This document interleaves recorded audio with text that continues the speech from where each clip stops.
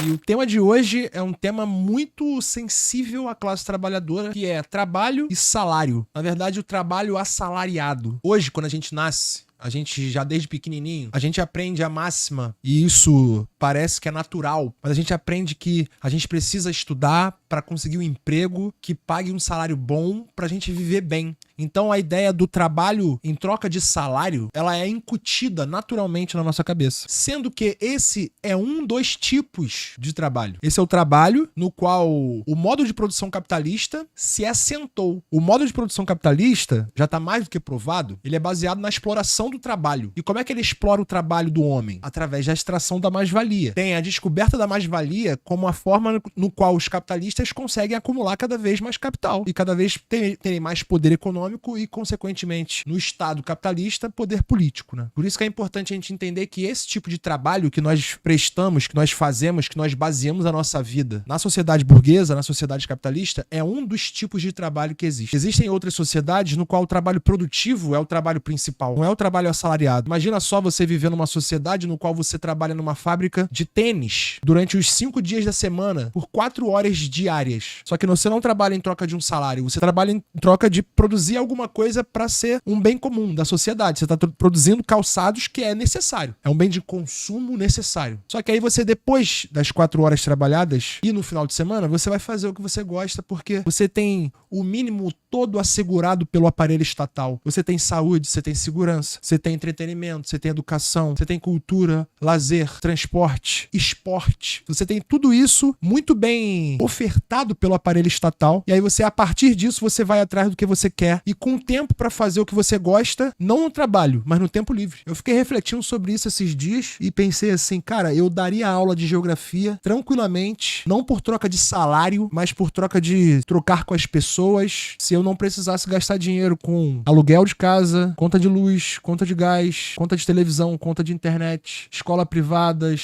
saúde privada, plano de saúde, gasolina, tudo do carro. Se eu morar num país rodoviário, se eu não precisasse gastar com terapia, se eu não precisasse gastar com tudo isso, talvez eu não precisasse trabalhar em troca de um salário. Então, quando a gente vai trabalhar em troca de um salário e sai do trabalho produtivo e vai pro trabalho assalariado, é aí que mora a alienação. A alienação do trabalho tem nada a ver com a pessoa ficar burra, a pessoa ficar totalmente alienada fora do mundo. Na verdade, a alienação tem a ver com o fato de que o trabalho produtivo era um trabalho no qual o trabalhador, eles viam um produto final e se reconheciam no produto final. Quando os burgos começam a crescer, quando os países começam a se industrializar e se formarem países, estados-nações, na transição da Idade Média para a Idade Moderna, ali na expansão marítima europeia, no momento em que o capitalismo dá um salto e vira o principal, o modo de produção hegemônico. E aí, principalmente depois que ele começa a se ofertar a sua fase industrial, a partir da primeira revolução industrial no século XVIII na Inglaterra, nesse momento a gente tem um êxodo rural muito forte e a ideia de que essa galera estava se libertando. Só que, na verdade, é que é o contrário. É aí que é uma contradição, que é a alienação do trabalho. Quando o cara sai do campo, onde ele produzia e participava de todo o processo da produção do produto e reconhecia no produto seu trabalho e não fazia aquilo em troca de um salário, fazia aquilo para subsistir, fazia aquilo para alimentar a corte, alimentar o clero, se alimentar, trocar na feira, fazer escambo. Esse era o cara que participava